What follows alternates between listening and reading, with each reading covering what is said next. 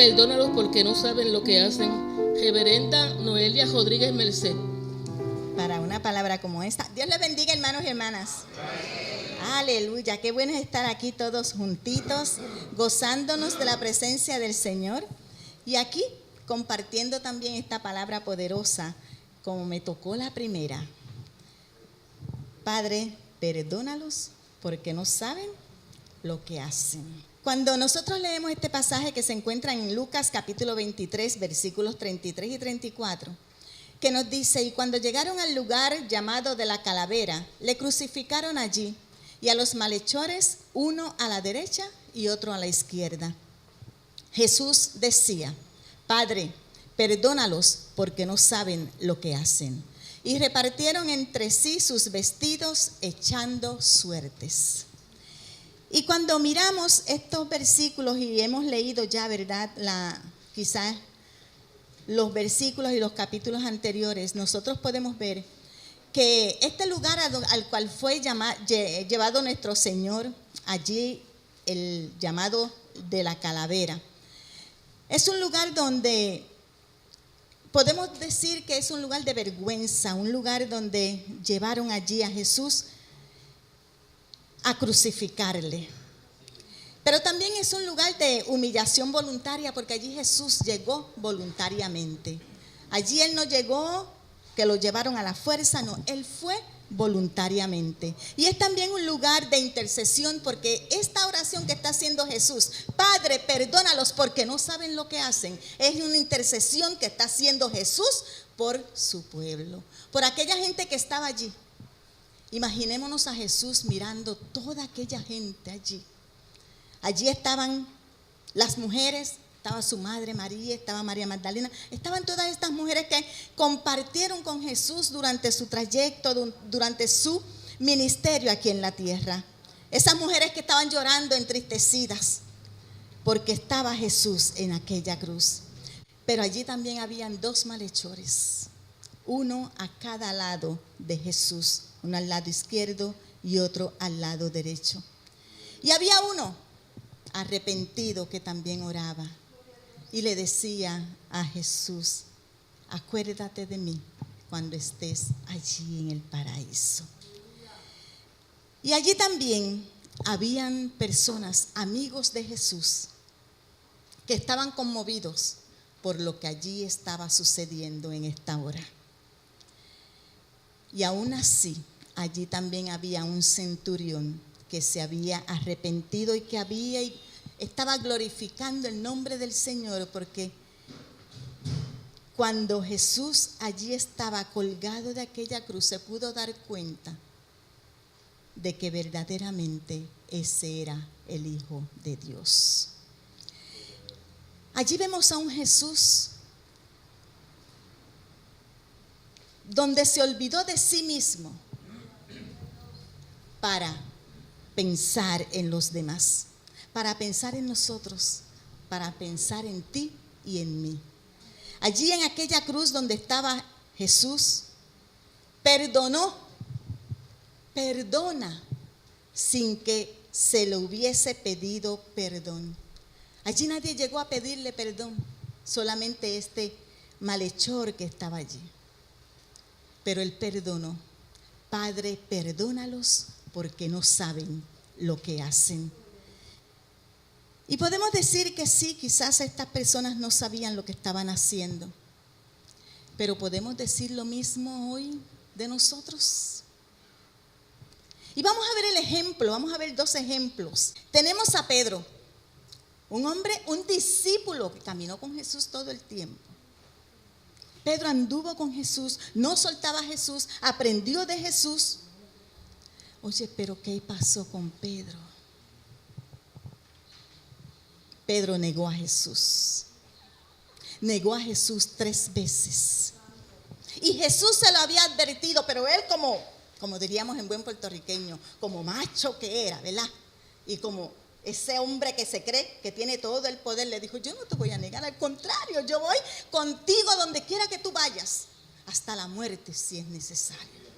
Pero cuando llega el momento de que Pedro se encuentra en la situación de que el arresto de Jesús, de que va Jesús ya caminando hacia todos esos juicios, va caminando hacia el Gólgota, lo siguió de lejos. Oye, ¿cuántos de nosotros hacemos eso?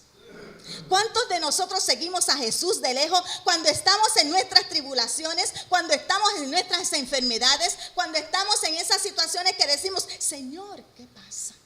¿Me has abandonado? Pero ¿sabes qué salvó a Pedro? Una mirada del Señor. Pedro recibió esa mirada, porque cuando iba caminando de lejos y siguiendo todo lo que estaba pasando, sus miradas se encontraron. Se encontró la mirada de Pedro con la mirada de Jesús. Y la mirada que Jesús le dio a Pedro fue una mirada de amor, de ternura. Así nos mira también el Señor a nosotros. Y así Pedro llegó a recibir, a ser restaurado, a tal punto que allí siguió predicando la palabra del Señor, que siguió siendo discípulo, no seguidor, sino un discípulo de Jesús. Pero vayamos a otro ejemplo, el de Judas. ¡Wow! ¡Qué contraste! Judas también fue discípulo de Jesús, pero Judas entregó al Señor, vendió al Señor por 30 monedas. Y yo me pregunto cuántas veces tú y yo habremos vendido al Señor. Y allí está Judas y entrega al Señor. Y luego se da cuenta que aunque no creía en Él como el Mesías, porque no creía en Él como el Mesías, le dijo a los religiosos de la época, aquí les entrego las 30 monedas porque ese hombre es bueno, porque no ha hecho nada malo. Pero no creía en Él como el Mesías, solamente como un hombre bueno. Y Judas se arrepintió. Pedro se arrepintió, pero Pedro buscó al Señor. Judas se arrepintió delante de los religiosos, de los sacerdotes de aquella época, pero no regresó al Señor. No fue donde Él a decirle, Señor, perdóname por lo que hice. Todo lo contrario, estaba tan confuso en sus pensamientos que todos conocemos lo que Judas hizo. Fue y se ahorcó. Nosotros podemos preguntarnos, ¿habrá recibido Judas la salvación? Yo no soy quien para juzgar. Nadie sabe lo que estaba en el corazón de Judas. Nadie sabe lo que allí pasaba. Pero sí les puedo decir que el amor de Dios hace cosas imposibles posibles. Así que vemos estos dos ejemplos, esos arrepentimientos diferentes, Pedro y Judas, lo que nos lleva a nosotros a que reflexionemos un poquito sobre, Padre, perdónalos porque no saben lo que hacen. Que podamos lograr el perdón de nuestro Dios en todo momento en nuestras vidas, sirviéndole con amor y sirviéndoles en espíritu y en verdad como Él lo merece. Dios le bendiga.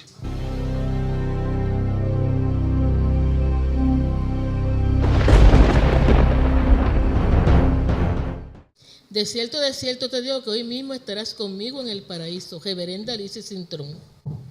Dios les bendiga, amados. Qué bendición estar aquí. Es una noche muy especial. Y como dice la Escritura, ahí en Lucas capítulo 23, verso 35 en adelante, había una escena muy tremenda, amado. Algo que ha impactado y seguirá impactando el mundo a través de todas las edades. Estaba el pueblo mirando y dice, y aún los gobernantes estaban burlándose de Jesús crucificado. Quiere decir que a la escena de la cruz se estaban uniendo muchas otras cosas. La burla, la injuria, todo esto. Imagínate esa escena, los dos malhechores a ambos lados, clavados, en medio el justo, el Cordero de Dios inmolado. Y la escena de todos, desde los gobernantes, los soldados, el pueblo mirando, una escena, amado, que debe quedar impregnada en nuestro espíritu para nosotros servir a Dios con todo el corazón. Y ahí en ese momento, diciendo, dice así, uno de los malhechores dice, tú eres el rey de los judíos, sálvate a ti mismo. Y dice que había también allí un título escrito en letras griegas, latinas, hebreas, diciendo a son de burla, este es el rey de los judíos. Y uno de los malhechores que estaban colgados les injuriaba también, diciendo, si tú eres el Cristo, sálvate a ti mismo y a nosotros. Y respondiendo el otro, le reprendió diciendo, ¿ni aún tú temes a Dios estando en la misma condenación? Nosotros a la verdad justamente padecemos porque recibimos lo que merecen nuestros hechos, mas este ningún mal hizo. Y dijo a Jesús, este malhechor, acuérdate de mí cuando vengas en tu reino. Y él le contestó, de cierto te digo, le dijo Jesús, que hoy estarás conmigo en el paraíso. Amado, una escena donde vemos lo que representa la elección de una humanidad completa de los hombres sobre la faz de la tierra, o escoger la bendición o escoger la maldición.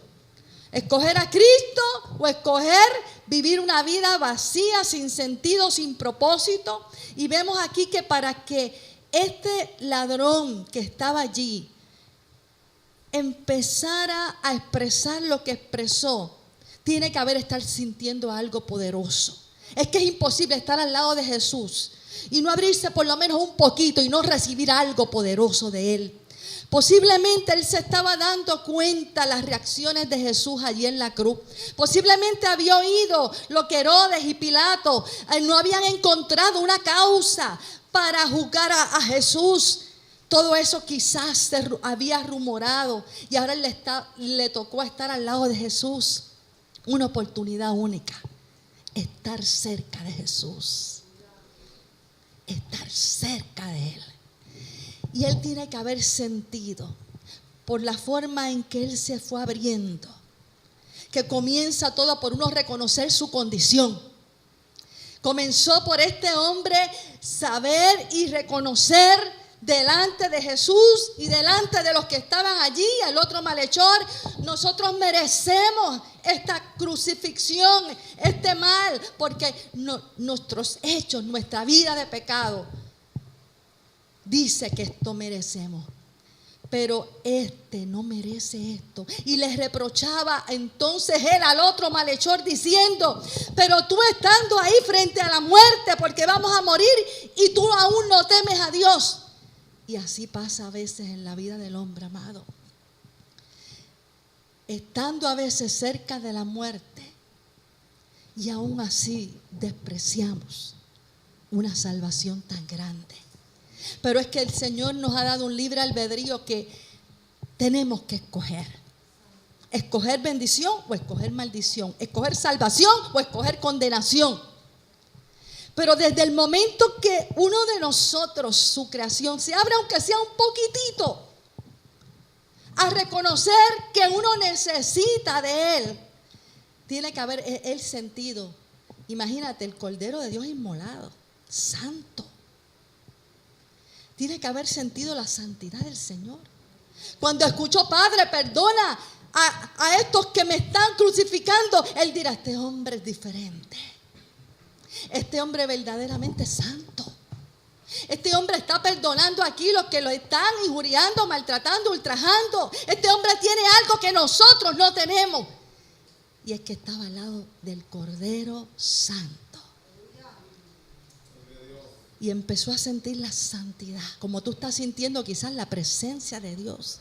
Porque cuando uno se acerca a Él con un corazón sincero, uno hace un esfuerzo por estar cerca de Jesús, algo pasa en la vida de nosotros, amados. Y vemos ahí que inmediatamente dice que cuando le dijo a Jesús, acuérdate de mí, comenzó todo por reconocer su condición. Y eso es solo lo que espera el Señor. Un arrepentimiento, uno reconocer, yo necesito de mi Creador, yo no puedo vivir. Amado, tú sabes lo que es nacer, vivir, 40, 50, 60, 70, 80 años y tú vivir enajenado de tu Creador. Tú vivir una vida sin tú reconocer que fuiste creado por un ser supremo, por un Dios que hasta hizo este mundo para tú vivir en Él. Sin tú reconocer que sin Él nada somos, que un día le vamos a tener que dar cuenta. Por eso Él le decía al otro malhechor y lo reprendía. Pero tú aún estando al borde de la muerte y no temes a Dios, como quien dice, pronto vamos a tener que rendir cuentas. Un día tendremos que comparecer delante del trono de Dios y seremos juzgados por nuestra decisión de recibir a Cristo o rechazar a Cristo. Y aquí Él le dice, estás reconociendo a Jesús como rey, porque cuando le dice, acuérdate de mí cuando estés en tu reino, estás reconociendo ya que Él es Mesías, que tiene un reino, que es un rey. Y tan pronto confiesa, acuérdate de mí, rey, le está diciendo. Estoy entendiendo, quizás este hombre todavía no conocía mucho. Como cuando venimos al Señor que no conocemos nada, lo que conocemos es que Él nos está hablando, conocemos que algo nos está ministrando, conocemos que hay algo que nos está haciendo sentir que necesitamos de Él. Y eso fue lo que le pasó a este ladrón. Y al reconocer su condición, al reconocer que estaba delante de un rey y rendirse ante Él, ¿qué sucede, amado? Jesús, qué oportunidad tener a Jesús. Como ahora mismo esta oportunidad, tenemos a Jesús aquí. Tenemos el Espíritu Santo de Él aquí hablándonos, ministrándonos, mostrando su amor, mostrando que tiene un trato, que somos la familia de Dios, que somos hijos de Dios. Y ahí mismo Él le dice, de cierto, te digo que hoy estarás conmigo en el paraíso. La salvación es por gracia, es instantánea. Es tan pronto tú le dices, Señor, he reconocido que tú eres Jesús, el Hijo de Dios. Eso basta para Él. No importa lo vil, menospreciado, la vida de pecado, los errores que hayamos cometido, lo lejos que hubiéramos estado, la maldición en que hubiéramos vivido, en el momento que reconocemos a Jesús como Salvador, es todo lo que necesitamos para recibir una salvación tan grande. Y yo quiero que tú entiendas que el deseo de Él, Pablo lo reconocía, decía, yo lo tengo todo por basura, por tal de conocer y entender el poder de Dios y de la resurrección de Jesucristo. Porque si tú conoces el poder de la resurrección, recibes vida. Esa vida que Él conquistó es para nosotros, vida eterna, amado. Aquí este malhechor, siendo un malhechor, en el último instante de su vida, arrebató el reino de los cielos. Y en el libro de Jeremías hay una verdad bien grande envuelta, que a veces nadie habla de ella. Jeremías capítulo 9, verso 23, donde nos dice que el hombre conozca a Dios y acepte a Jesucristo es la gloria del hombre. Eso es todo lo que necesita el hombre. Y dice así Dios Jehová, no se alabe el sabio en su sabiduría, no se alabe el sabio en su valentía, ni se alabe el valiente, ni el rico se alabe en su riqueza, mas alábese en esto el que se hubiera de alabar. ¿En qué? En entenderme y en conocerme, que yo soy Jehová, que hago misericordia, juicio y justicia en la tierra, porque estas cosas quiero, dice Jehová. Lo más grande y la bendición más grande que puede tener un hombre y una mujer, conocer a Jesús y entender por qué fue creado, para qué vive. Tú sabes lo que es vivir, alcanzar posiciones, estudiar, tener conocimiento, y tú vivir sin conocer al que te creó, al que te dio el cerebro, al que te dio la vida, el que tiene preparado cosas para ti. Amado, hoy el Señor nos quiere recordar que sin Él nada podemos hacer. Pero si lo tenemos a Él, lo tenemos todo. Y hoy es el día que Él nos está diciendo, Solamente acércate a mí y yo te daré la corona de la vida. Dios te bendiga.